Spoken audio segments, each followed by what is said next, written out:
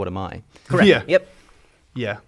And my dad can beat up your dads. So let's move on in this section to talking about another easily solved question, morality and its role in society. So, Alex, we started with Ben in the first section. Let's start with you.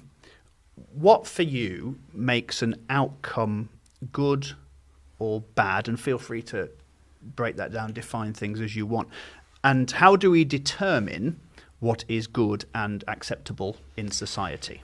Here is where I may disappoint you and potentially excite Mrs. Shapiro in that I don't have a good answer to that question. Okay. In that, obviously, attempts have been made for a long time to ground good outside of God. I must say that similarly to rehash the same theme, I think there are issues with grounding good in God as well. I don't think that removes the problem. I don't quite know what good is, if it indeed exists. I'm quite suspicious of the concept. I think it might be another one of these unfortunately quite nihilistic evolutionary sort of illusions of a sort.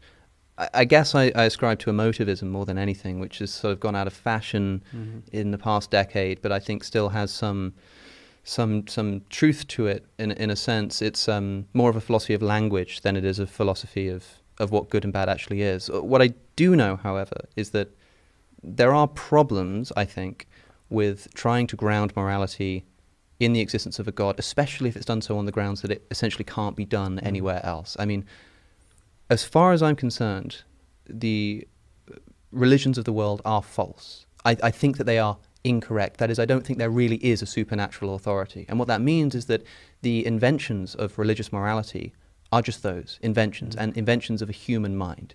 Now, if you have a human morality that recognizes that it is essentially a series of compromises between the history of mankind trying to get along with each other on a planet, then what happens is sometimes these ideas and these philosophies rub up against the real world, and we can adapt them as necessary.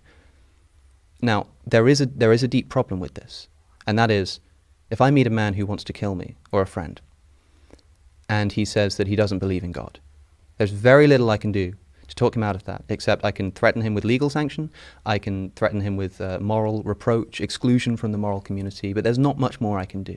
However, if a person says that he wants to kill me, and he believes that he wants to kill me because God has told him to do so, then I don't even have that minimal reproach available to me, because there is no law written by any man of any time that could ever count one iota against the dictates of the creator of the universe. Therefore, if that God in fact does not exist, and if these moralities are in fact human inventions, then what you have in the grounding of an ethical system in the dictates, allegedly, of the creator of the universe is all of the arbitrariness and subjectivity and failure and faults of nihilism and human invented morality, with all of the certainty and all of the faith and all of the unanswerability of the creator of the universe.